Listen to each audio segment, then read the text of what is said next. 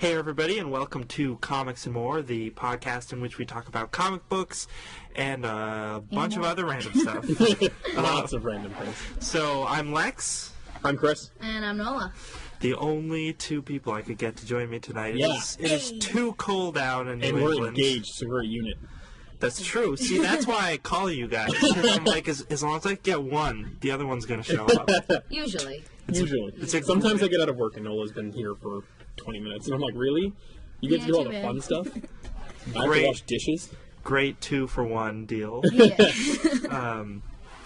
So, this week is Previews Week. Yay, Previews Week. I think that's the big thing that I wanted to start off with. So, I think on Previews Week from here on out, we should dress up in nice suits, have like champagne, and do like Previews Week. Talk about the new upcoming books. So once a month. Right. Once a month. Let's get champagne drunk. night. Fancy it up. Might as well, it'd be fun. Actually, we totally should. I'm going to write a note. Fancy. Black tie affair. Black tie affair for preview. Fancy dress previews. I'm gonna wear a ball gown next month. From here on out, And it's a going to start getting debutante warmer, wig that too, goes so we up can to get away like with here. it. And he's going to hate it. He's not going to want to do that at all. Him You know, outside of a sweatshirt is just unheard of. He's gonna be wearing one of those T-shirts that has like the fake tux. We could get Oh, him one. yeah, of those. I'm sure he has one. We, I'm sure if he doesn't have one, we can get him one. So anyway, Which makes me happy. We're hitting my second to last point already. it's true. We'll elaborate more on that later. So, with every preview book, you get a list at the back that gives you the top sellers of last month. It also tells you, like, top-selling manga and games and DVDs and toys and basically all the different categories of stuff that's solicited in previews outside of comics. But their big top 100 list is, of course, comics. We got pretty standard ratios for who is selling more books in the top 100, who's selling less. Oh, yeah. So we've got Marvel beating DC by something like 10 books, which makes perfect sense because they're publishing more than DC. Oh, yeah. Lots of But as usual, DC is ruling the top 10 list.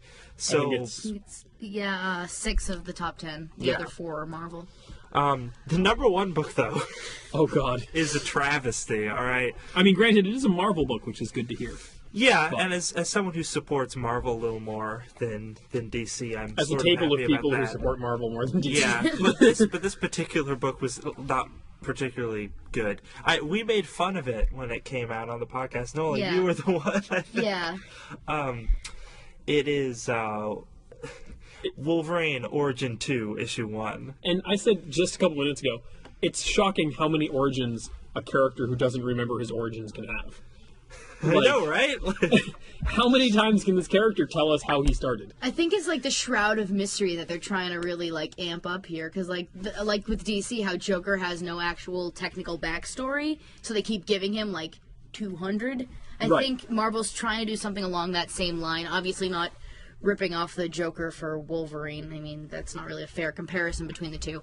But What if like, Joker just claws? this is something that they never have to nail down, and like this is what's canon, so they can just keep banging out more Canada things stories. to Right. More Canada stories. more Canada stories. Canada's popular.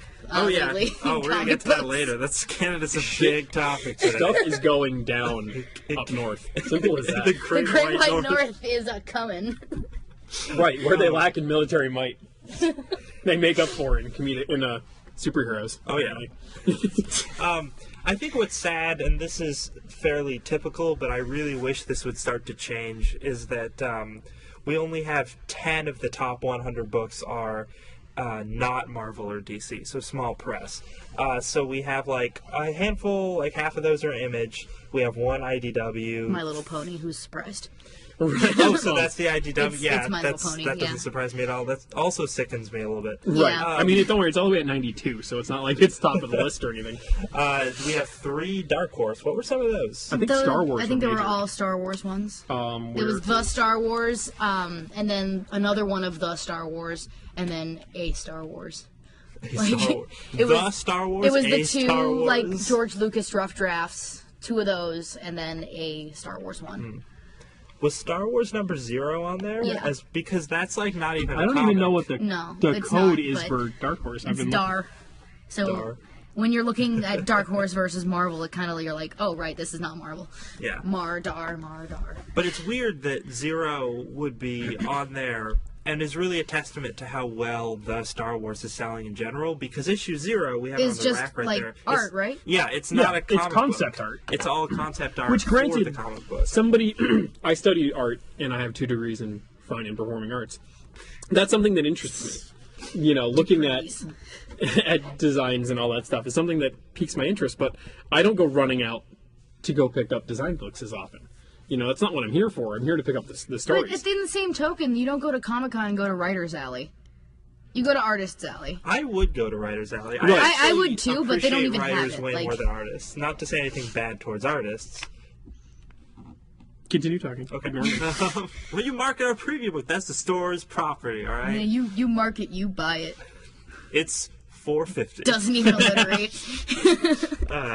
Okay, so Actually, because I marked okay. them because I found them. Side note, preview books, really good deal. Because it's $4.50, and it's like this much. Look at this. This is crazy. This is huge. I mean, That is granted, there's $1 actually more no than an comics in image it, book, but and it is like the thickness of, I want to say, like 8 image books. Oh, yeah. Easily. At least. while And we were way more talking, pages. while we were talking about Dark Horse, the books were in order. Number 35 was the Star Wars number 4. Okay, so that one actually has a story. And the number 39 was Star Wars 0, Okay. which As we talked granted. about. And then Star Wars number 12, which was the 2013 ongoing, came in at 56. And that's the Brian Wood series, I believe. I Yes. think so. I'm not following that one. Which is good, because I always want Brian Wood to get more props, because I think he's an amazing writer. I read, I think, issue 1. Didn't they do a $1 issue 1 for that a Yes, little while ago? yes. I read that and I liked what I read, but I haven't gone back to it. I think we've talked about on the show before, but Brian Wood is one of the most multifaceted writers that I think is writing comics right now, because he writes the X-Men title, the no adjective X-Men title, which is the all-female team. Right, I am reading that. I like that. He writes Star Wars, and he writes Conan the Barbarian. Wow. Like, think of how different those 3 books are. Superhero book, fantasy book, sci-fi book. Yeah, and he writes them all really well. Right. Which- I've read the first issue of both the no adjective X-Men book, which I loved calling it that, by the way, and the Star Wars book, and they're very different. I wouldn't have known they were the same person had you not mentioned it just now. But yeah, no, I enjoy both of them immensely, to a point where I might even go in and start reading Star Wars. Oh yeah, no, you should. The ongoing Brian Wood Star Wars is great.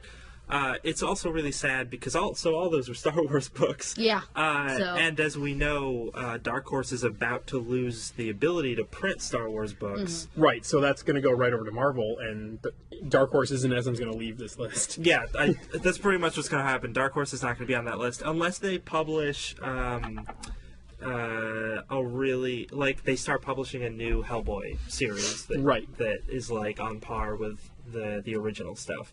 Right. But a lot of their problems with that is they release stuff as miniseries a lot, which is cool in a lot of ways, but hurts them, especially in lists like this. Right. Because when they don't have that ongoing, like that, Brian Wood Star Wars is one of like the few ongoings they have that's gone past like issue 5, because most of the time they want to just do miniseries that they can then make into a trade later. Right. And that's what they've been doing recently for Hellboy. Like Hellboy in Hell was like that, which wrapped a little while ago.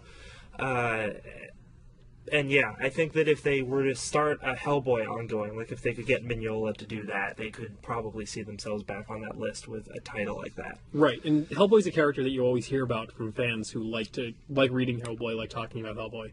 I mean, he's one of the few third companies that has successfully made a movie. Regardless of the quality of the movie, the fact that it was made in the first place says something. And, I mean, Nola and I hang out with a friend of ours who has a BPRD tattoo on his arm. Nice. Like, they have devoted fans. Oh, is it the symbol that they Yeah. have on there? Yeah, that's really sweet. Yeah, and it's like, there's a fan base there. You just need to start putting out the product. Once they start putting out a good quality book, it'll move. It'll show itself on this list. But they just have to actually put that step forward and do it. Yeah, I think you're right. So let me see. What in terms of the top 10, Avengers number 24. I mean, you know, the ongoing Avengers series, that was number 2. Right. That's not a shock to anyone. No. Batman, not a shock to anyone. Forever Evil, not a shock to anyone. Although that series is horrendously boring, Right. And one of the most predictable series I've ever read, because it's like the crime syndicate shows up, and they say, "Oh man, we've got rid of the Justice League. We're gonna take over the Earth, and all these villains are invited to be our army, except these really powerful select ones. We're not going to mention them at all or invite them to hang out with us. We're just going to pretend they don't exist." And Right. like Lex Luthor, who they just like, Ultraman in the first issue flies past him into his office, grabs some kryptonite, which he then snorts, which is like ridiculous, Completely insane. and then flies out So like edgy. yeah, so edgy.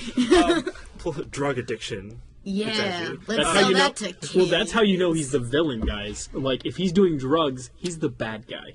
Makes sense. true. Maybe they're trying to set a good example then. Right. By that token. Okay. Right. I get. Because I got Lex it. may have Edgy. kryptonite, but he doesn't take it like a drug. He just uses it to kill Superman. Right. Yeah. He which doesn't is use totally it to kill cool. himself. Okay, but yeah, so he flies in, grabs a kryptonite, snorts it, leaves, doesn't even like acknowledge that Lex Luthor is there, which is really weird because I was Which like, actually is the best way to deal with a supervillain. If you pretend they're not there, they actually go away. oh yeah, definitely. so as a result of that, Lex Luthor starts his own counter team that's kind of like a Justice League type team out of the supervillains that are left that are not part of the crime syndicate or their big Wait, you army. told me the really powerful ones. Isn't Captain Cold on that list? I think you need to amend your Well, statement. okay, yeah. He joins later, all right? So it's like Lex Luthor, Bizarro, and I think Black Adam comes Well, over yeah. to that. So I'm like looking at that, and I'm like, okay, so the plot of this is that Lex Luthor's going to make a team. They're going to fight the crime syndicate.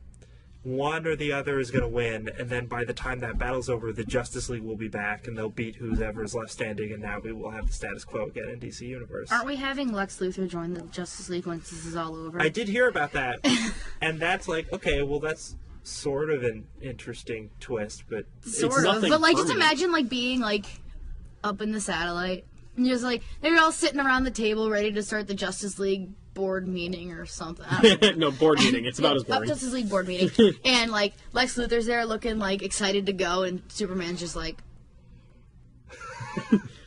Just drawing pictures with eye lasers about how badly he wants to kill him. I'm gonna get you. Meet after class. Meet outside by the flagpole. Or the day they decide to sign him up, they're like, "Hey, who should we add to this team? Lex Luthor." And Superman's just like, really? Lex. You know who else we should sign up? Joker. While we're talking about that, while we're talking about people, why not Sinestro? Why don't we just bring all of our friends in here? Why don't we all just take a vacation? So, also on the top 10 list, number 5, Superman Unchained, which I actually kind of like. I'm not totally caught up on that. I think I got to issue 4. I'm literally, as far as Superman Unchained is concerned, I know that Jim Lee does covers.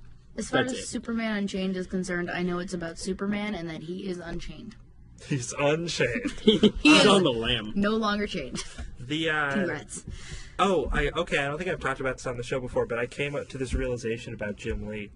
That Jim Lee is the Ramones of comic book artists. And I say this great. because you look at Jim Lee's work, and I had been reading Superman. I've been reading Justice League, which he's definitely drawing. I can't remember if he's drawing the interiors of Unchained or not, but I have no idea. And I went back and I read a bunch of his X-Men run from the early '90s.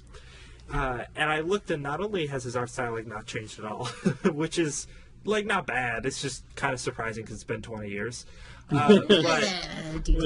But I also looked at his characters, and I was like, okay, if you took Superman from Justice League and took away his cape and put a visor on him, he would look exactly like Cyclops from the X-Men run.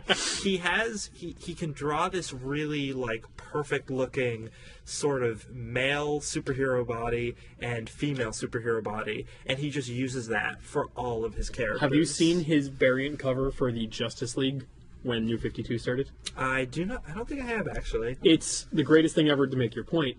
It's an exact remake of his amazing, or his uncanny X-Men cover from the 90s. where it's all the X-Men attacking Magneto. Uh-huh. He remade that cover, replaced Magneto with Darkseid. Okay. The entire X-Men team is the Justice League. And there was a bunch of like entry-level fanboys on Reddit going, "Oh my God, Jim Lee totally ripped off this X-Men cover from the '90s," and everyone's like, "That's Jim Lee. That's his own work." Calm down." But the point is, It makes it your own better work, when it's you're okay. ripping off yourself. right? Yeah, at least But, no what we one's call getting it- hurt. What we call it these days is homage, but what it is for him is lazy. No, I think it totally is.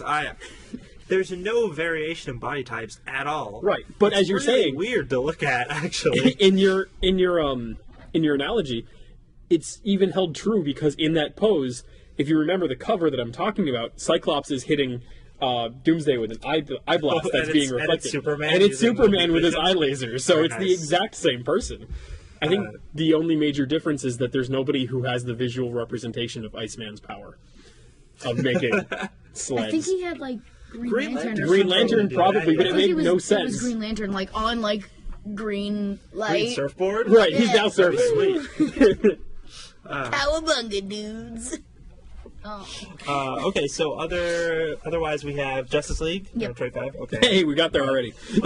Harley Quinn #1 is 7 on the list. Which makes me want to hurt myself. Okay, so I read Harley Quinn #0. I'm sorry. I didn't hate it. But it wasn't good. I think it was interesting that, and I read this online. I don't remember where, but it's this journalist was trying to espouse that you've got Harley Quinn is supposed to be DC's answer to Deadpool Right. at this point, because they really want the character who can speak to like that niche audience. Right. And after reading #0, like I got that. I got that that's where they were trying to go with it, and I think they did that more or less okay. Right. But that being said, like, I don't care. Maybe it's partially because I don't care about the character that much, and I grew Right. up with the animated series, so I really should, but I don't Right. care about her that much.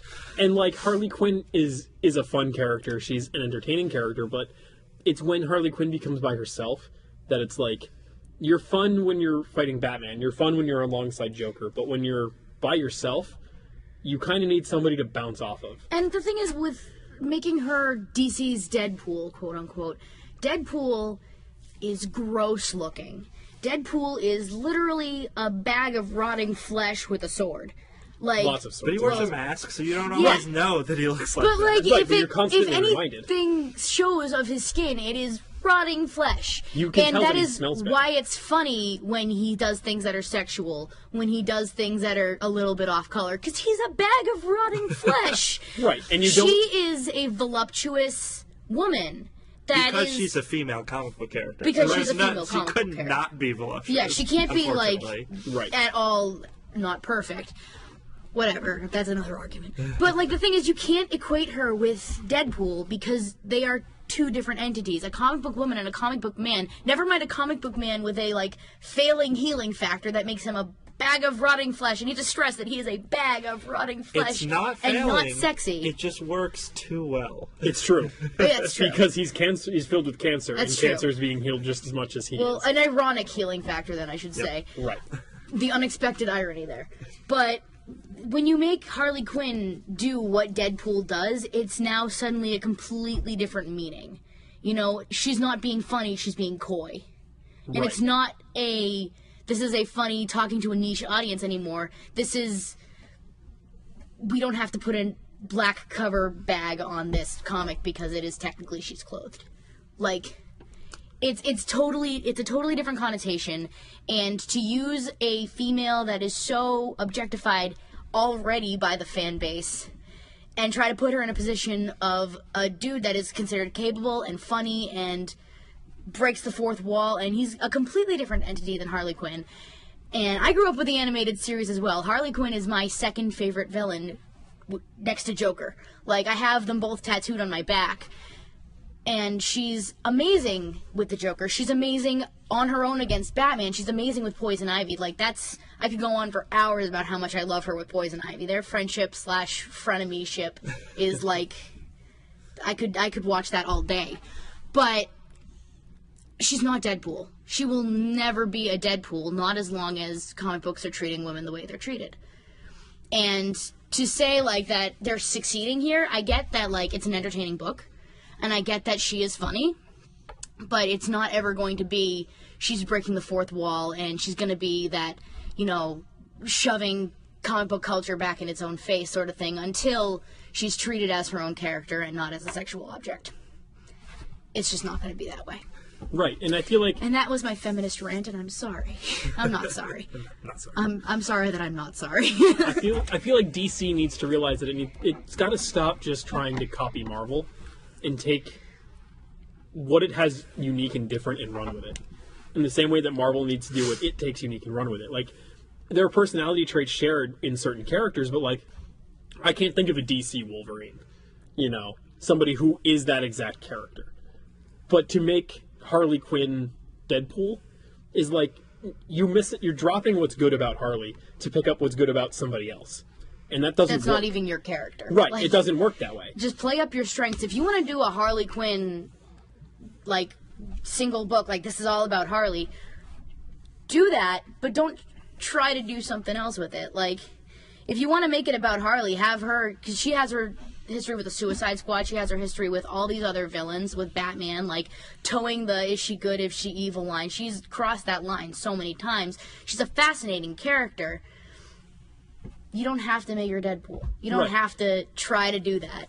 And if you're not gonna, if you have to copy Deadpool in some way, shape, or form, what you should do is Put copy. a full costume on her. What you should do, that would, yeah. Put her in clothes. put her in her old costume, back with the jester hood and all that, and then give her the same kind of run that Deadpool had a while back, which was pretty much Deadpool and blank, and they just did it. Every issue was Deadpool featuring somebody else. And honestly, I think Harley's better as a sidekick. Right. I think she's more fun, being with the Joker or Poison Ivy or the Suicide Squad. I think she's more fun in a group setting because when there's a straight man, she is always able to bring so much more life to a page. But imagine a Harley Quinn book where it's Harley Quinn and Poison Ivy, Harley Quinn and Catwoman, and then you can go to the extreme and go Harley Quinn and Shazam, Harley Quinn and Green Lantern, where they're trying to stop her from robbing a bank or something. I don't know that I'd read a Harley Quinn and Green Lantern book. I That would be would. weird. I mean, I think if it's I read funny. DC anymore, but Right. I think it would be funny to see her with everybody. I think that Deadpool also works really well in a team. Right. Mostly because of the Cable and Deadpool book. Which is so much fun. Yeah, and having that whole straight man dynamic to go with him worked really well. Especially So, when they didn't want to be together, but for some reason in the story they had to be. they had to be, yeah. Which was always over the top and ridiculous. but no one wants to watch a Muppet show just about Fozzie Bear. You want to see Kermit too, Yeah, yeah. Okay, but moving on. Yeah, Let's finish up anyway. this top 10 list. So we were at 7. Justice League, another Justice League issue makes it to 8. And then we have Inhumanity #1, which Matt Fraction is still writing. But No, I heard he was done with that. well, he wrote #1, and I think he also wrote #2, which came Right. out today. And he was talking about number 2, and apparently that was supposed to be Inhumanity Medusa as a spin-off book, Okay. one-off. But they canceled him on the book and decided to put Inhumanity Medusa as book 2. Oh, And well, that's why he's down to only one book so far, because he didn't order as much, thinking it to be a one-shot. Well, that's going to make that plot line real confusing. Yes, it is. Okay, and then we have Superior Spider-Man. Superior Spider-Man. Now, Which is a great way to end that. yeah, it's actually interesting because for the past, I don't know how many months, whenever I've looked at this list, Superior Spider-Man has always been in the top 10, and now through all of DC's efforts, they have bumped it into 10 and 11 instead of 7 and 8, which Right. it normally is. Right. And I mean, Superior Spider-Man is kind of coming to an end, isn't it? Yeah, It's heading that way. I'm curious as how much that has to do with the announcement that Superior Spider-Man is ending and that Peter is coming back, which Right. we will be talking about a little later as And well. when that trade comes out, I expect a phone call. Because I have not read any of Superior Spider-Man, and I want to go back and read as much as I can. Oh, it's great. I mean, we've talked about how great it was Yeah, repeatedly. yeah. It's just extremely well written. I just think the art on most of the covers look gorgeous. And the art in it looks amazing. I just want to look at that.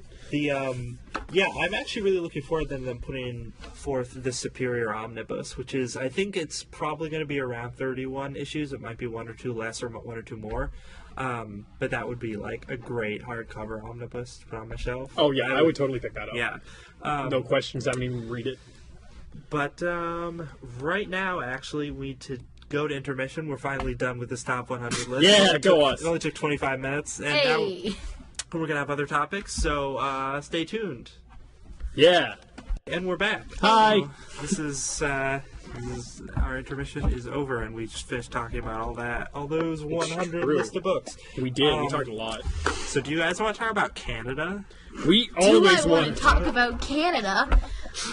I feel like if we don't, Canada will start talking about Who Canada. doesn't want to talk about Canada? Everyone's talking about Canada in the comic book industry. Oh yeah. Oh yeah, I mean with Wolverine's second origin story, which I don't know if you guys know, he's from Canada. There are Mounties in the top 100 book of last month. There are Mounties in that book. In the Well, top yeah. one. The one. Right, Yeah, in one. the top spot, there are There are Mounties. Mounties. The royal. To But be for the fair, record- if you know anything about Mounties, they kind of deserve it. Right, Mounties Mounties are are great. badass. Look them up. Sorry, I don't know if I can say that. I'm on pointing here. at the mic like there's not a. Look them up. Right.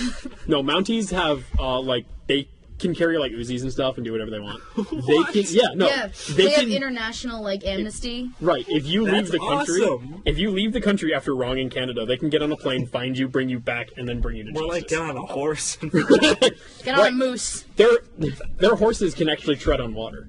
It's Jesus amazing. Horses. Right. Oh no, Mounties are actually super cool. No, look them up. They have a lot of laws that they can just do. It's crazy. But anyway, but yeah, no. But yeah, so Marvel is paying attention to Canada, but Before also, we do this, can Nola read? Go ahead. We're going to read the Justice League United number 0 is- preview, which is amazing. So, Forever Evil Aftermath, Justice League Canada is here. In the aftermath of Forever Evil, Adam Strange is caught up in an adventure across the far reaches of the cosmos that will unite an unexpected team of heroes including Supergirl, Hawkman, Green Arrow, Stargirl, Martian Manhunter, and Animal Man. But if they're on the team, who exactly is Canadian? Plus, don't miss the debut of a new Canadian hero who will have a huge effect on the group. It's so exciting. I like how I really hope that the way they spin that is like some sort of I don't know, like soap opera drama where you're always wondering who the Canadian was. Right, and they never tell you. No. Or You in see, like, every someone issue. walk in with, like, a Tim Hortons box. Whose is this? How dare Whose you? is it?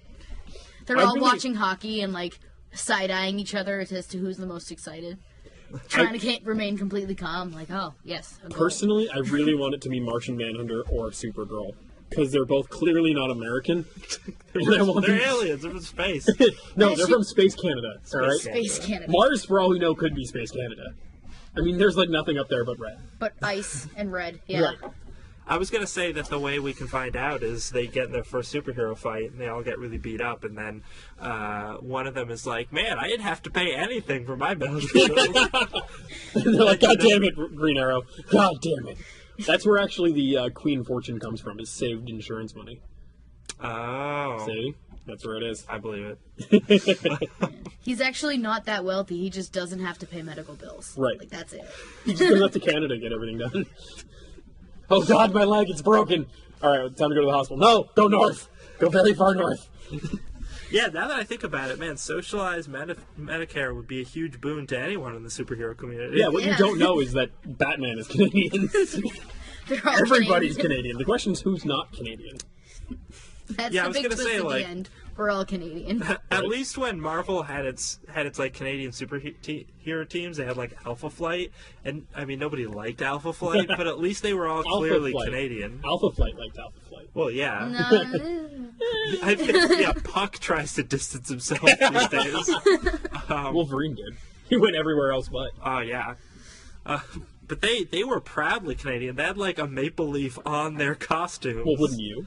Well, The Maple Leaf. apparently Justice League Canada isn't proud enough. So Well, DC's not proud of a lot of things. Well, they shouldn't be. nah. Yeah. Well. but oh Canada. So Get I out. would fight you for that. Oh, sorry. some other quick DC news.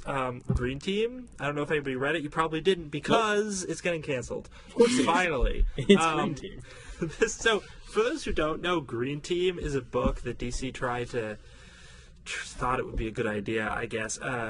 about teen trillionaires, and most of the superheroes and villains and stuff that duke it out in the book is because they're paying them they're like hiring the heroes to like help. I don't them know or do about missions you, or something. but that's a demographic that I can relate to. I know, right? Teen trillionaires. Teen trillionaires. Well, it's supposed to be the opposite of The Movement, which is for some reason not getting canceled because that book is also not very good. Even though, side note, I love Gail Simone. That book is not very good. So why didn't they meet up? Why didn't the Movement fight the Green Team? That would have been great. That would have been great crossover. That would have been interesting. They That's could have. why. They could have combined it into one book, and then it's like a situational comedy. Where, like, here's this rich kid living with this down and out guy from the Bronx. Right.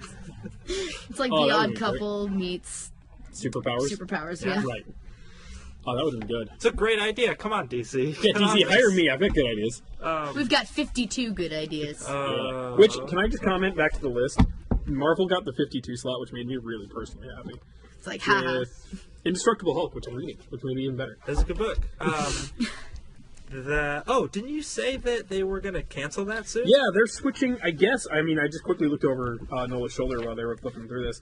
But I guess they're switching from Indestructible Hulk, and they're go ahead and get rid of that, what's it called? Indestructible. Indestructible, and they're just going to call it Hulk. If I can find the freaking ad for it. Yeah, it's supposed to be about Hulk instead of Bruce Banner. Which, I mean, they keep trying to rehash and telling me it's a new idea, but it's really not. Well, the reason why I think Indestructible Hulk was so cool is because it's about Bruce Banner. Yeah. And that's what was refreshing about it. And the fact that, they had Mark Wade, so you could... Well, I think this one's sticking with Wade. Okay, well, that's Okay, here's encouraging. an ad for it. R.I.P. Banner. Mark Wade and Bagley take the green-skinned Goliath in an all-new direction with the launch of the epic Banner DOA story arc in Hulk number 1 and 2. Pick up where last month's Incredible Hulk line of finale left off. So, I mean, they're going to go right into this new book. A whole new direction where it's just about the green guy.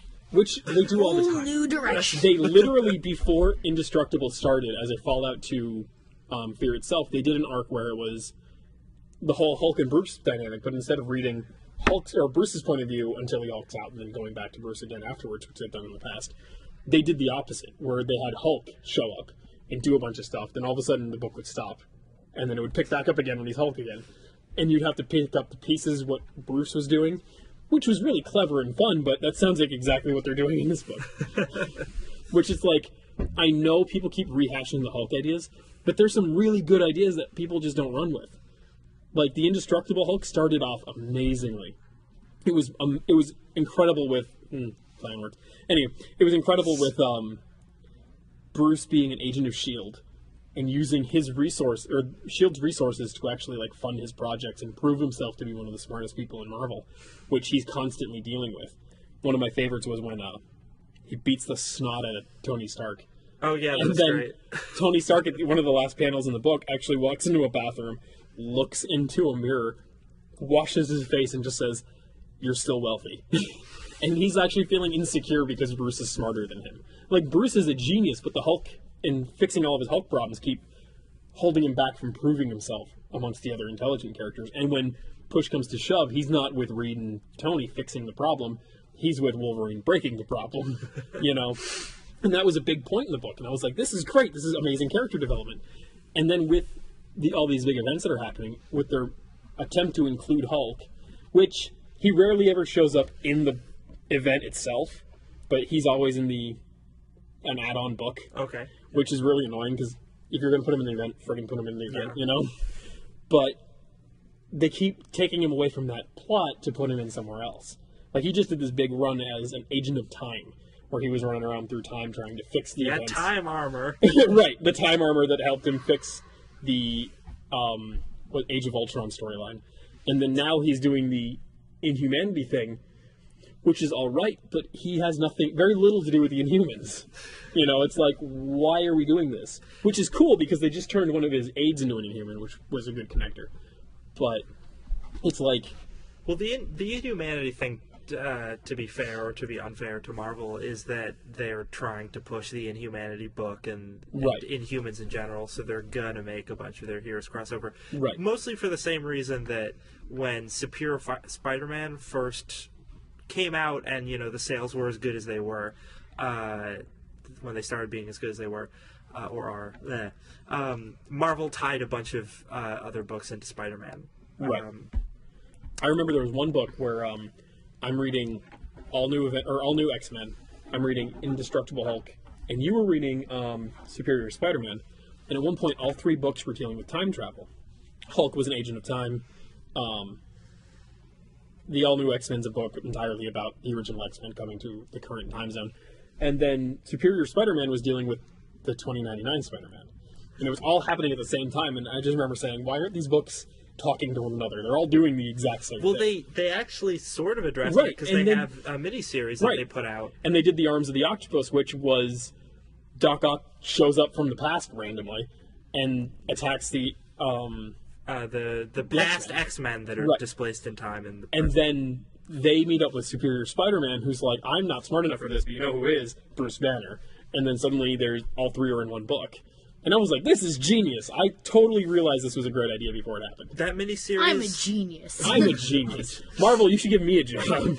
So Someone hire him. That series is not new by any stretch. I think the last issue of that came out like several months ago. It was warm out when I finished that one. So. Yeah, but that is well worth trying to find at your local comic book shop. It's very good because it's 3 issues. It's a very encapsulated, complete story. The art is really cool. Actually, it's really retro looking, and it jumps between books. I realized that.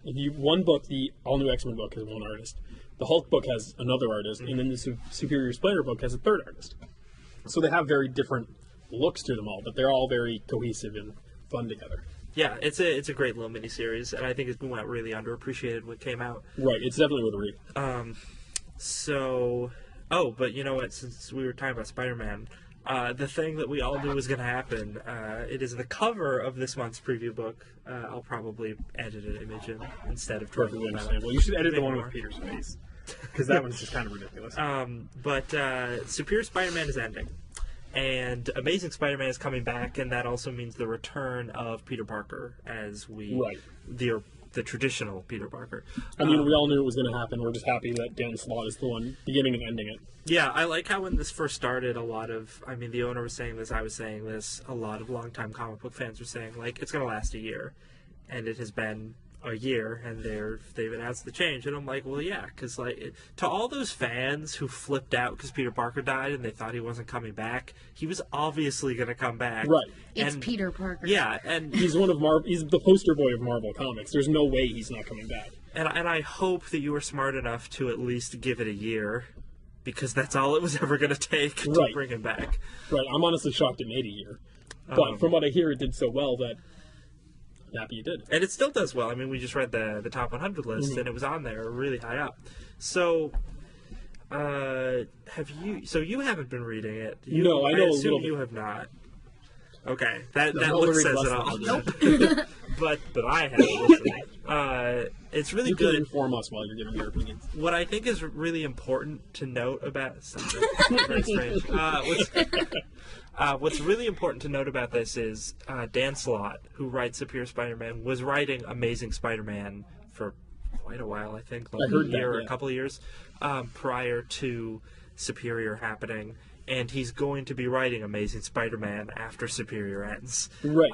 So this is entirely his brainchild. Yeah, and it's so to say for a lot of the people who thought how could they do this crazy change up in the status quo and stuff, and I'm like, no, dude, it's one writer, it's a story arc essentially that he has come up with, that he has a cohesive beginning, middle, and end. And then we're going to get back into the Peter Parker Spider-Man. Right. It's just part of the Peter Parker mythos now. And it's much better than the Clone Saga. So there have been worse Spider-Man But then again, I've had a root canal too. And that was better than the Clone Saga. Oh no, Clone Saga. It's so bad. My brother loves bad comics to a point where he absolutely loves what came out of the Clone Saga. He's one of the few people I know who was reading Scarlet Spider until its end recently. He loves all of those characters. They're putting Scarlet Spider in a team. Yes, with Nova, which is a book I'm reading. So I'll be kind of letting my brother jump on that one. Which is, interestingly enough, actually a DC move. When Blue Beetle didn't sell super well, and I forget what the other books were, they combined them they combined those characters in the book Threshold. And it's like whenever a book with a like identifiable superhero got canceled, they would just be like, oh, maybe we can still make money off the superhero, and just threw them into that team book. Right. So the fact that Marvel is doing that now is like not super encouraging because Threshold sucked. Right. But I mean, Nova's been planning this for a little while. I mean, for the last couple issues, Nova's been talking about a new Warriors book, and they've been planning that, like trying to bring together the original New Warriors, not realizing that this is a completely new Nova. I mean, they do, but they need a Nova for the New Warriors. And so I feel like, Scarlet Spider seems a little tapped on, but I feel like the book itself could be whole and work. I mean, very well they could just take Kane right back out of the book if it doesn't do well. Yeah, I really like Kane's character. Like, during the Clone Saga stuff, I thought the premise of his character was really interesting. And sometimes he was, like, well-written, but usually he wasn't. It was, like, a huge waste to me. There's a lot of stuff from the 90s I feel that way about. I've always felt that way about Onslaught. Right, Onslaught's fun. Yeah, because he's essentially, like, evil Xavier, sort of, and he looks really BA. Which is awesome, but like he's so poorly written that it's not worth reading any of his story. And he's one of my favorite things to look at design-wise. He's just like, what if we take the idea of Xavier's power, and then we take design elements from Magneto, and then just make it this inhuman monster. Not like an inhuman, but some non-human monster. Which is like, it's always fun to look at, and he's always different when they come up with designs for him. I mean, I wish I'd read more of him. He was also a fantastic final boss in Marvel vs. Capcom 2. That was probably his best use. But he was also in X-Men Legends 1, I think. Really? I think so. Oh, man. Do you ever play those games? I have them. I don't remember that level, but now I want to go back and replay it so I can fight him. I might be just completely lying right now, but I might. just go beat up on someone. Great games. If you have a PlayStation 2 or GameCube, go get them. They're worth it. They're for Xbox as well. And Xbox. That's what I have them for. 3 systems. Go for it. Yeah, Marvel actually, not Marvel technically, because I don't remember what studio they licensed for those games, but I really want them to make more 4-player co-op tap-down beat-em-up games. Because they're always like, even if they're not amazing, they're always just like fun to play for a couple hours with your friends. A friend of mine and I did, Ultimate Alliance 1. We did that. That was a top-down view, and I remember I was so happy when I unlocked Hulk. A buddy of mine was Deadpool. And we did the entire story straight up. My brother jumped in at one point, started playing as Thor. We became this, like, unstoppable team.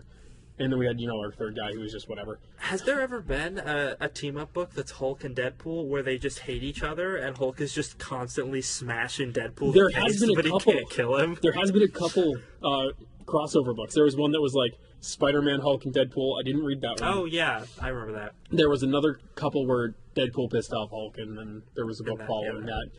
And he was big in Jeff Loeb's Hulk books. When Jeff Loeb was doing, Fall of Hulks and then World War Hulks. He actually had at one point, Red Hulk was doing this, like, espionage attack at the villains of that book. And he comes in with a duffel bag. And he's got this duffel bag hooked over his shoulder. And it's just like this great big Hulk who's just, like, lumbering his way through this big helicarrier. And the villains eventually catch him. And he had been working with these villains, so they're like, we finally have you, and there's nothing you can do about it. And he's like, yeah, but I know how you guys operate. So I thought ahead. And all of a sudden the duffel bag, just like 2 swords stick out of it and cut his way out. And Deadpool's like, ha-ha! Which leads to the Hulked Out Heroes storyline, which was completely ridiculous and entirely about a Hulked Out Deadpool. Oh, good. Hilarious and really worth it when he starts time traveling and breaking time.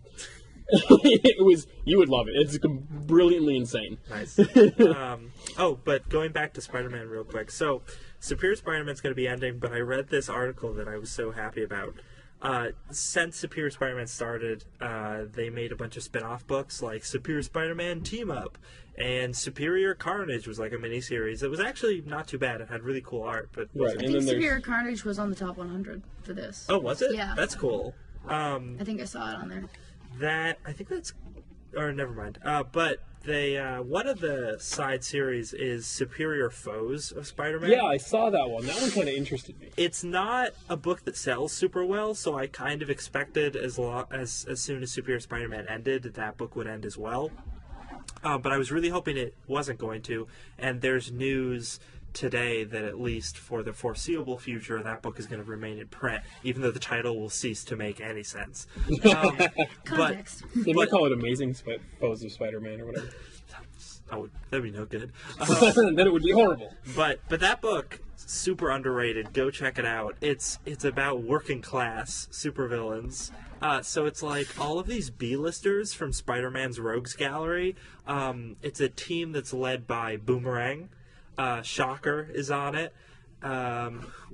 Speed Demon, who's just this dude who can run really fast. He's basically Quicksilver. I mean, Of course. The Beetle, but not the original Beetle, just like another incarnation. For some reason, the I Beetle. throw an S on there, and I was really hoping the villains were the Beatles. That'd be great. That would be an amazing book.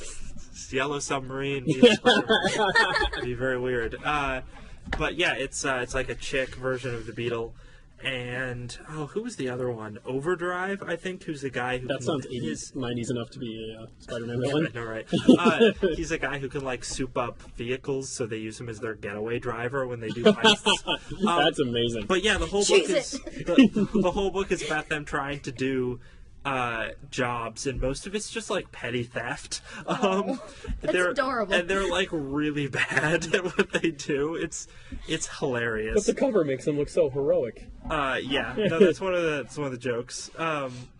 But yeah, that book is so funny, and it has a really interesting sort of minimalist kind of art style that's sort of reminiscent of the art style in the Hawkeye book. It's not as good, right, but it's sort of similar. Hawkeye's a book I really want to go back and actually like pick up and read. I haven't touched it, but It's like impossible to find issue 1, though. right. Get interned. But anyhow. Yeah. That's pretty much the plan. The first 2 trades of that are out, I believe. Good. Okay. So, yeah, I mean, those are a lot of the big main press books that, I mean, I wanted to talk about. Actually, I wanted to mention, I forgot about this. Last week, All New Invaders came out, which is a new series from Marvel. I saw that. It takes the Invaders team, which it was prevalent in the late 60s, early 70s, but they were most of their missions were like flashbacks to World War II. Right, they were the World War II team that Captain America fought with. Yeah, it's Captain America, Namor, Bucky, and the original Human Torch. Right. Who, if you've ever read Marvel's the Alex Ross illustrated series, it starts with him because he was like the first Marvel character that was written, I guess. And he's a robot who looks exactly like a person. He's a synthetic human. Right. Of course. And his power set is exactly the same as the Fantastic Four Human Torch, and he's called the Human Torch. Right. So it's really confusing. Right, but he's the predecessor Human Torch. Yeah. Who was written way before the Fantastic Four. And you like never see him around anymore. One of my favorite tidbits is not to be confused with Timbits, which are Canadian things, but that in the way. In interviews with Chris Evans, they show him pictures of like old Invaders comics, and he's been quoted saying, "I've played both of these characters," referring Captain America and the Human Torch. Clearly, showing that he has no idea who this Human Torch is. So, and to be fair, Chris Evans does not read comic books. Right. Like, he has openly admitted on several occasions, he's like, I get a script. That's all. That's all I know. I get a script. Well, the Human Torch, I mean, his defense, it's really confusing. Right. And it would make sense if they just changed his name and, like, made him look a little different somehow. Give him a mustache. But he's not, like, used enough in comics for them to bother to do that. Right. So they're not going to do that. Because this is his only book. It's not like he's in anything else. Yeah. Well, plus, like, I mean, he was the Human Torch first. Right. So that's true. Arguably, we should start calling the other one Johnny Storm. Johnny Storm. I can never get over. There's some characters in Marvel that have extremely funny names. The best one being Richard Rider. Right. Dick Rider. Okay, for those kids at home who don't understand that. But All New Invaders is actually like a really good book. It's written by what's his name? No, Blah is What's very his good. name? Blah, what's his name is I'm amazing. gonna have to check. It's Robinson, something Robinson. James Robinson. Yes, of course. The often forgotten name Jim. But Timothy, yes. James Robinson was really, really prolific as a writer in the past. He hasn't written a lot recently. It starts with Cree people. I don't believe it. I know, right? The Cree, they're involved. Of course they are. But They're involved in everybody's life. it's a really cool first issue to a series, and it hasn't gotten a whole lot of, I don't know, press. I don't know how it did in terms of sales yet, but The art's nice. yeah, the Yeah, art's very good. It's very And the writing Right. is pretty solid. So I think that's intentional because you go to these flashbacks where it's really dull. yeah, but really show it's that really contrast. it's dynamic. I Major like it. Liberty is in it. Major Liberty. That guy. All right. Look at his hat. It's a great hat. It's beautiful. Anyway, So, So is doing a podcast. reading comics. stop reading comic books. God. But it's comic book now. with pretty pictures. So we're running out of time, but what do you guys want to talk about as the last topic? I'll let you pick. I talked a lot. Okay, so there's a new book coming out in the upcoming months called Lumberjanes, Nice. and I'm sold already. it's about 5 young women at camp, basically kicking bad guy butt. It's going to be like an 8-part miniseries, but it's drawn by this artist Noelle Stevenson, who, if you are interested in going on her blog, it's gingerhaze.tumblr.com. She does some work for the Adventure Time comics. She was in the Fiona and Cake miniseries, Nice. like in one of the back like bonus comics. She's kind of starting out right now. She's got a really fun art style. It's very simplistic, but it's Right. really fun to look at. And she kind of gets, if you're at all familiar with drawing, like the emotion, when you're just like sketching out characters and you want their bodies to show the emotion that they're feeling, she's really good at that with like these cutesy, cartoonish images. She's really good, and I'm really excited because, like, I've never been disappointed by anything she puts out. She puts out, it's like her own like webcomic. It's Nimona. It's really good. But yeah, I can't like plug that enough. Ladies in comic books. Yeah. Oh, as a last note, And then Wonder Woman standalone film. The woman who was signed on for the Superman sequel as Wonder Woman. She's signed on for 3 films. One of them being a standalone one. well, that's encouraging. That's good. Doesn't mean it's really good. Progress. Yeah, like we don't. Oh, we forgot about one of our biggest topics, Right, which I was was- it's X-Men costumes. Oh. Listen, Quicksilver looks awful. In his future past. That's all lot you of need them to look know. awful. He looks, Look it up. looks really bad. really, really bad. I'm staying by my vote. This is going to be a bad movie. Recommendations. What one comic you think people should read? Let's end on that. Pretty Deadly from Image. Saga. I'm gonna go with another Image title. I'm gonna go with Rat Queens. 'cause Oh we're talking yeah, about Rat totally. Queens. I mean, I plug the Rat Queens Daves. every week, but He just stole your thunder.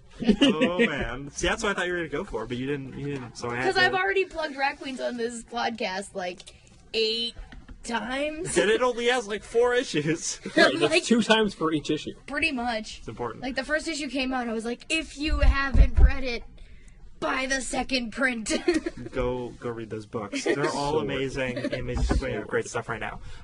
So that's all for this week. Yeah. Thanks everybody for listening. As Andy likes to say, go back to work because nobody listens to podcasts outside of work. This You is probably clearly a do true not know your fact. brother. This is like Oh my your God. bathroom break and you're trying to stretch it out. An hour long? Wow. Or- Back to work. Or if you're my brother, clean up after yourself, put your dishes in the sink. Thank you. All right. Well, I'm Lex, I'm Chris. I'm Nola. and thanks for listening.